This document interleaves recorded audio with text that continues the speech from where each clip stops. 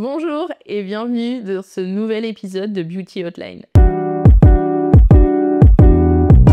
Vous êtes de plus en plus nombreux et nombreuses à écouter, réagir et surtout à m'envoyer vos témoignages et vos questions. Et je vous remercierai jamais assez pour ça. Je suis le docteur Marnie Valin, je suis médecin spécialisé en médecine esthétique et ici on prend le temps de parler vrai. Pas de filtre, pas de jugement, juste vos histoires, vos questions, vos hésitations. Et mon regard médical pour y répondre le plus honnêtement et simplement possible. Dans cet épisode, on va aborder plusieurs sujets sur lesquels vous avez généralement beaucoup de questions. Vous entendrez également un témoignage qui m'a énormément touchée, celui d'une femme victime d'injections ratées, réalisée sans surprise par une fake injectrice. Alors comme toujours, installez-vous, détendez-vous et bienvenue dans ce nouvel épisode de Beauty Hotline. Donc on va commencer avec un premier témoignage, vous allez voir c'est assez émouvant. Bonjour docteur Valin, je m'appelle Rachel, j'ai 28 ans. Je voulais témoigner parce que j'ai vécu une mauvaise expérience il y a 1 an avec des injections des lèvres et franchement ça m'a marqué. À la base, c'était pas grand-chose. Je voulais juste donner un peu plus de volume, un effet un peu plus pulpeux, mais très naturel. Et puis, j'osais pas trop aller dans un cabinet médical. Je trouvais ça impressionnant, un peu froid. Mais non, c'est pas possible. Du coup, une copine m'a parlé d'une fille qui faisait ça à domicile. My God. Elle disait que c'était une infirmière en esthétique et qu'elle avait plein de copines satisfaites. Bah, comme d'habitude. Et c'était vraiment beaucoup moins cher. Je me suis dit, allez, je tente. Grave erreur. Déjà, je suis arrivée, j'ai trouvé l'ambiance chelou. C'était dans un salon chez elle, pas du tout médicalisé. Fuyez. Pas de Charlotte, pas de gants, elle a juste désinfecté vite fait avec un coton et j'ai rien signé, aucun papier. En effet, maintenant que j'y pense, elle m'a presque pas posé de questions. Je me suis laissée faire, mais au fond, j'étais pas rassurée. Et le pire, c'est que le lendemain, j'avais une grosse bosse sur la lèvre du haut, gonflée, douloureuse et complètement de travers. J'étais paniquée, j'ai dû appeler en urgence un médecin esthétique qui m'a dit que c'était pas du tout normal et qu'il fallait corriger ça au plus vite. Il a été hyper pro, il m'a rassurée, mais il m'a dit aussi que malheureusement, il voyait de plus en plus de cas comme le mien. Depuis, je me rends compte que les injections, c'est pas un soin beauté comme les autres, c'est pas un brushing, c'est médical.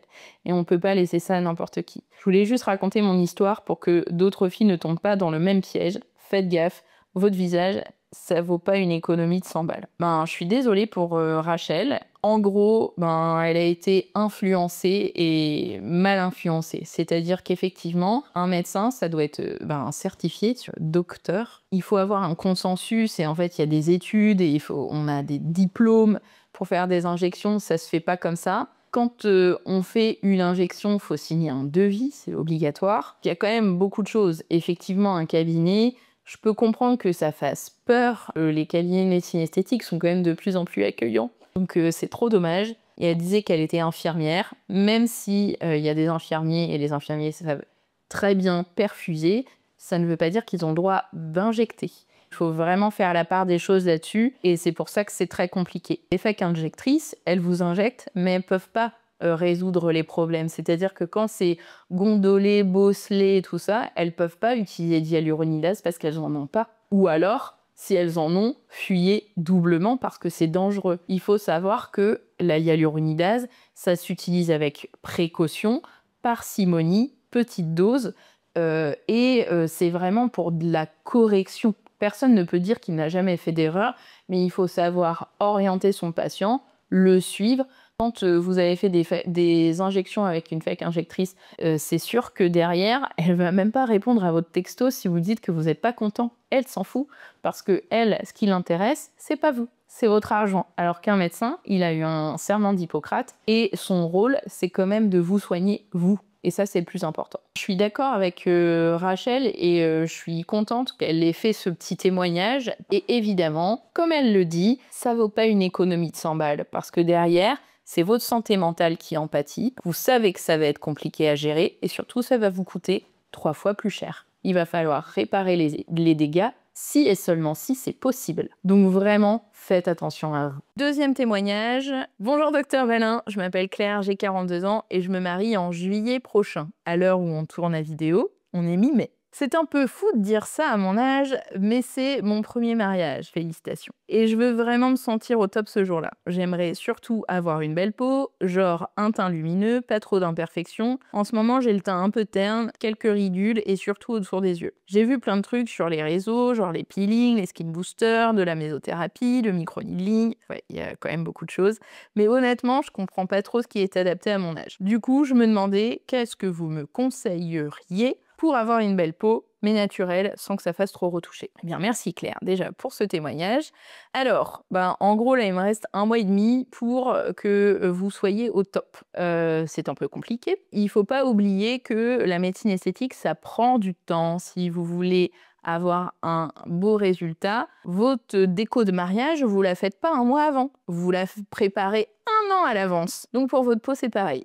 Vraiment, il faut vraiment penser comme ça. Donc déjà, on va partir sur un hydrafacial parce que du coup, ça va bien lui nettoyer la peau en profondeur et du coup, ça va lui enlever les cellules mortes et ça va lui donner un teint beaucoup plus lumineux. Je pense qu'un mois avant, on va pouvoir se permettre d'injecter les rides d'expression si elle en a et si elle le souhaite pour essayer d'harmoniser et de faire un effet globalement défatigué. Et puis, on va pouvoir utiliser effectivement les skin boosters pour donner un éclat et une hydratation de sa peau. Les inducteurs collagéniques, on n'aura pas le temps. On pourra effectivement se faire un petit peeling pour relisser le grain de sa peau. Donc, on a quand même des petites solutions, mais c'est vraiment petites solutions pansement. Et si on avait voulu travailler sa peau dans le plus long terme, effectivement, j'aurais proposé plusieurs choses. Donc là, on est un peu ric-rac. Il faut vraiment penser à prendre son temps. On va essayer de s'arranger. Surtout, ce qui est important, mesdames les mariées, vous êtes quelqu'un qui est plutôt nature, qui veut un éclat de peau, ne surchargez pas votre make-up. Sinon, vous n'allez pas vous reconnaître pendant votre mariage et ça, c'est dommage quand même parce que c'est un moment qui est pour vous célébrer et pas se reconnaître sur les photos, ça n'a aucun sens. Donc, bien s'hydrater, on optimisera peut-être sa routine en essayant de lui donner un maximum de glow, essayer de faire une espèce de glass skin si elle le souhaite. Hydrafacial, skin booster,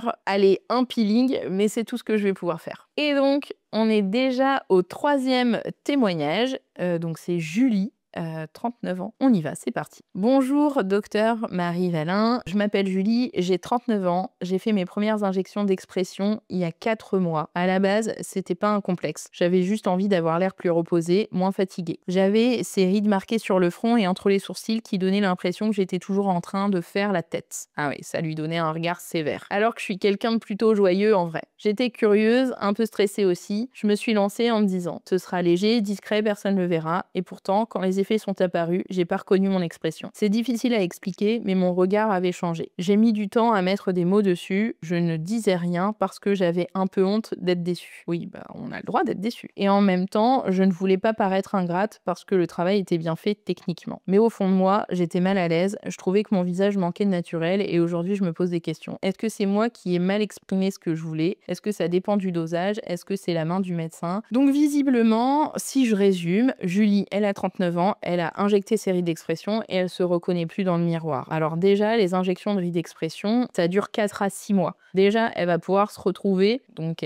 ça va pas être définitif, donc ça peut peut-être la rassurer. Il se trouve qu'effectivement, en fait, il faut qu'elle donne le feedback au médecin qui l'a injecté. C'est-à-dire que le médecin, il peut pas deviner que ça ne lui convient pas si elle ne le dit pas. C'est-à-dire que derrière, il est important qu'elle donne son retour pour que le médecin, la prochaine fois qu'il fait ses injections, puisse savoir ce qu'elle a ressenti, parce que votre ressenti, il compte et il est pris en compte dans votre prise en charge médicale. Et c'est important de le signaler. Peut-être que ces injections-là, c'est pas pour elle aussi, et son médecin sera totalement en capacité de lui dire. Peut-être qu'il fera des dosages moindres, peut-être qu'il a juste déjà fait des dosages très délicats, mais finalement, c'est ce soin-là qui lui convient pas, et c'est important, vraiment, vraiment, vraiment, c'est important qu'on ait votre retour. Quand on est médecin, notre travail ne s'arrête pas à notre injection, c'est-à-dire qu'on fait aussi le SAV, entre guillemets. On n'est pas dans votre tête, donc on peut pas deviner ce qui ne va pas, pourquoi ça va pas, même si vous avez du mal à mettre les mots dessus. Moi, je dirais qu'il faut oser le dire et communiquer avec votre médecin. La médecine esthétique, c'est un travail en team. Si la partie de l'équipe, elle parle pas, l'autre partie de l'équipe, elle peut pas deviner que ça va pas, elle peut pas deviner que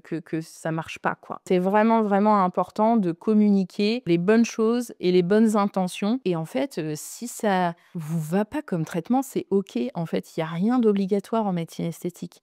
Ce qui est important, c'est votre image de vous avec vous-même. Moi, vous avez des rides et c'est OK pour vous, ben gardez-les, en fait. Moi, je vais plutôt travailler ce qui vous gêne sur votre visage. Parlez à votre médecin esthétique, c'est le plus important. Moi, je pense qu'on a fait le tour de 3 beaux témoignages. Et voilà, ce nouvel épisode de Beauty Hotline s'achève. Merci pour votre confiance, vos mots et surtout votre sincérité. J'espère que vous repartez avec des réponses utiles ou au moins avec un peu de clarté.